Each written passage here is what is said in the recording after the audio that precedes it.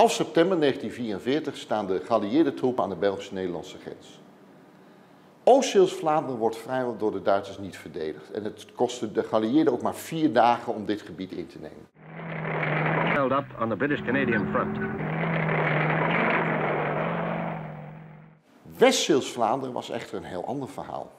Hitler had bepaald dat dit een Festung moest worden. Festung Schelde-Zuid. Dat betekende dat de troepen hier tot het uiterste moesten standhouden en zich niet moesten terugtrekken. Unsere Infanteristen in der Bereitstellung zu einem Gegenstoß.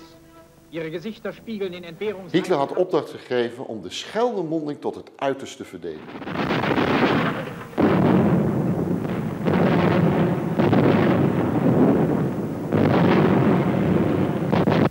Want hij wist dat op het moment dat Walcheren en West-Zeeuws-Vlaanderen in handen van de geallieerden zouden vallen, dat dan de toegang tot Antwerpen vrij zou zijn. En dat was natuurlijk ook het doel van de geallieerden. Dan kon men eindelijk gebruik maken van de haven van Antwerpen, omdat de geallieerde troepen zo broodnodig voorraden nodig had.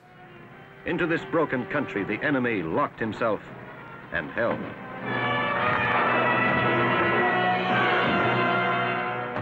Als dan bij Hoofdplaat een sterk geallieerd bruggenhoofd is gevormd, kan langzaam maar gestaag de Duitse Festung Schelde-Zuid vanuit het oosten worden opgerold. Dat kost echter wel heel veel moeite en hele zware gevechten.